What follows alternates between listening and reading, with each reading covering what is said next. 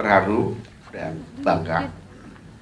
Filmnya orisinil, asli, dan yang lebih asli lagi belum berubah seperti saya waktu masih kecil. Jadi dengan seluruh keterbatasan fasilitas yang ada dan dengan semangat untuk belajar serta kemauan yang tinggi untuk menjadi manusia yang lebih baik, tekad untuk belajar ini betul-betul kuat dengan fasilitas yang sangat terbatas. Dan ternyata juga sampai hari ini. Makanya saya banyak melihat pesantren-pesantren yang dengan keterbatasan membutuhkan perhatian serius. Yang kedua, banyak pengambilan gambar yang sangat orisinil. Makanya lama ya Mas Udin ya kayaknya ini. Karena ada kamera tersembunyi kayak begitu. Kemudian santri nggak tahu kalau di shoot. Tapi juga ada acting yang pakai tahu kalau di shoot tapi actingnya bagus tadi itu. Ustadz siapa? Ada nggak yang ada di sini? Ada Diding, Ustadz Diding. Mana? Ustadz Diding boleh? Oh iya. Perkenalkan, boleh berdiri. Ini Ustadz Diding. lebih baik di anu Pak Lola, di upgrade jadi bintang film beneran kalau bisa. Bisa. Ini Ustadz Diding baru pulang dari Sumba nih, dari setahun di Sumba untuk ngajar di pesantren di Sumba ya. Luar biasa. Jadi kalau santri atau ustadz di shoot itu biasanya agak apa ya? Ya kalau saya nggak jadi politisi mungkin canggung juga. Jadi karena belajar jadi politisi Pak Segen. Ya, jadi apa? Lugu kalau untuk di shoot depan kamera agak apa? Kagok. Tapi ada beberapa dengan yang sangat bagus, natural gitu Pak Udin. Dan apa? Pesan-pesan ajaran dan juga kajian-kajian yang berkembang di pesantren, kemudian nilai-nilai yang dikembangkan terekspos dengan sangat bagus di film pesantren ini.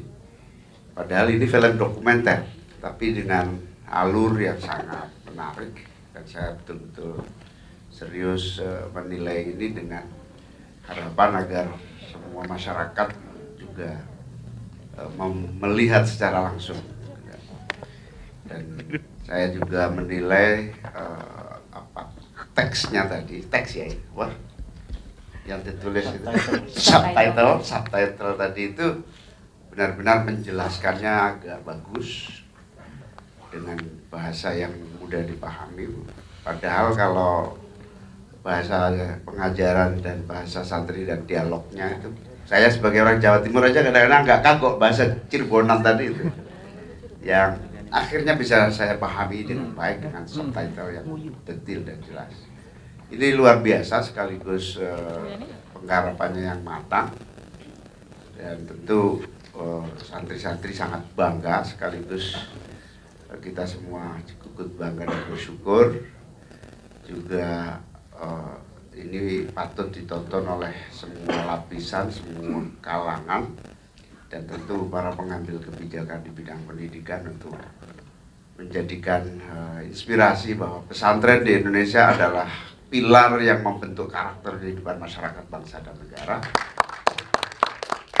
Dan ini benar-benar real, betul-betul tumbuh dan berkembang di masyarakat. Orang boleh tidak percaya bahwa pesantren itu berkembang bukan hanya ratusan ribu, mungkin sudah mulai puluhan, mulai jutaan ya, tumbuh pesantren yang besar, kecil-kecil dan tumbuh di mana-mana ini dengan seluruh keterbatasan yang ada. Dan terima kasih Pak Solahuddin, baru kenal sekarang saya dengan pembuatan film ini, dan terima kasih saya diundang Pak Lola Amaria. Ini partner yang tepat. Kalau Pak Solahuddin tidak bareng Pak Lola, belum tentu saya bisa tahu kalau ada film pesantren ini. Padahal pembuatnya mungkin punya satu jiwa yang sama, tapi kalau kok jauh-jauh lewat Mbak Lola Marian, memang ya sudah bakatnya di film mau apa lagi. Jadi karena itu terima kasih, saya apresiasi dan saya wajibkan Pak Presiden juga harus nonton film ini. Terima kasih. Assalamualaikum warahmatullahi wabarakatuh. Itu penghargaan terhadap tradisi yang sudah ada, akan cara pandang plural itu juga dihadirkan oleh pondok pesantren. Ini saya kira sangat menarik untuk bisa disosialisasikan dalam konteks kehidupan kita hari ini, di mana kita membutuhkan cara pandang plural, penghargaan terhadap itu, dan kepemihakan pada orang-orang marginal. Pesantren selalu hadir di tengah-tengah mereka yang marginal.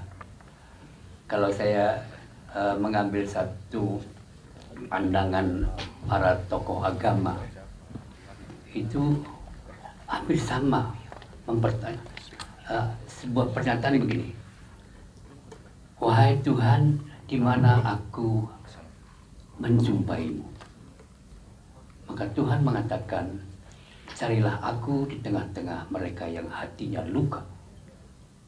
Nah, ini tugas keagamaan, tugas para kiai yang menjadi pewaris para nabi, itu hadir untuk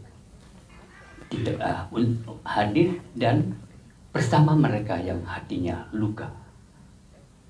Yang kita lihat tadi sesungguhnya adalah orang-orang yang termarginalkan, miskin, luar biasa.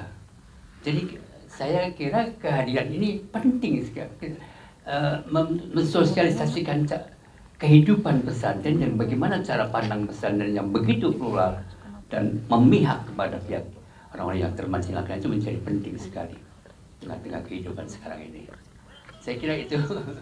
Saya jadi terenyuh sih Pak baca mendengar jawaban. Terima kasih Pak. Kita kembali ke Udin sebagai sutradara. Film dokumenter panjang, berdurasi panjang di Indonesia cukup jarang, apalagi yang masuk ke bioskop.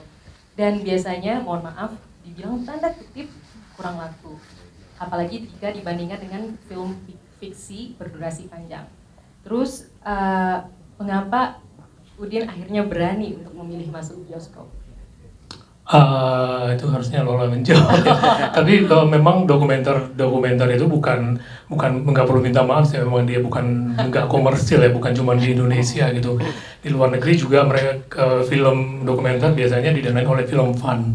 Bedanya adalah di Eropa negaranya punya kesadaran untuk mendanai film dokumenter dan menyediakan bioskop-bioskop independen untuk memutarnya, jadi tidak harus bersaing dengan bioskop komersil gitu. Ya, di Indonesia memang belum ada, jadi dokumenter kita yang panjang-panjang dan bisa sampai ke internasional biasanya memang pendananya juga melalui dana hibah film dari luar negeri gitu. Nah, soal kenapa ke bioskop sebenarnya itu mungkin Lola yang bisa menjawab. Oke, saya melihat film ini utuh tahun 2018 akhir. Waktu itu Mas Udin ngedit di Berlin, saya datang, kebetulan editornya orang Jerman, dan kesulitan sekali gitu untuk mengedit film ini. Kemudian setelah selesai saya nonton, terus dia menawarkan, aku mau deh masuk bioskop, tapi gimana ya, kayak sulit gitu kan. Akhirnya ya udah sama kita aja. Kebetulan memang saya pas lihat film ini, satu, film ini penting untuk masyarakat Indonesia. Yang kedua, persepsi tentang pesantren dan persepsi tentang agama Islam sendiri yang memang beragam harus diketahui orang banyak. Sayang sekali kalau filmnya udah dibuat dengan bagus tapi nggak bisa didistribusikan dengan merata gitu. Jadi mungkin kalau dari saya sih menyebarkan kebaikan aja gitu. Berarti mau tanya satu untuk tanggapan nih Mbak. Bagaimana tanggapan atau pendapat Mbak Lola terhadap risiko yang akan ditanggung jika filmnya kurang laku di pasaran? Apalagi tanggal rilisnya besok berbarengan dengan film horor yang bisa dibilang tanda kutip produk mainstream di Indonesia, jadi banyak orang yang suka. Kalau misalnya secara genre udah pasti beda ya penontonnya antara film horor dan film dokumenter gitu. Kalau masalah rugi atau lainnya, kalau saya boleh mengutip teman-teman dari NU, itu ada yang namanya ilmu barokah ya. Jadi saya nggak berharap apapun dari film ini karena apa ya, ini value gitu, dan itu nggak bisa dinilai dengan uang. Artinya menyebarkan kebaikan itu kan juga satu value ya, artinya dapat pahala juga. Pahala kan bukan hanya uang gitu. Saya percaya dengan adanya barokah itu. Kanan. Ayo kanan. Masih ada kanan. Udah telat. Enggak, itu yang samping kiri.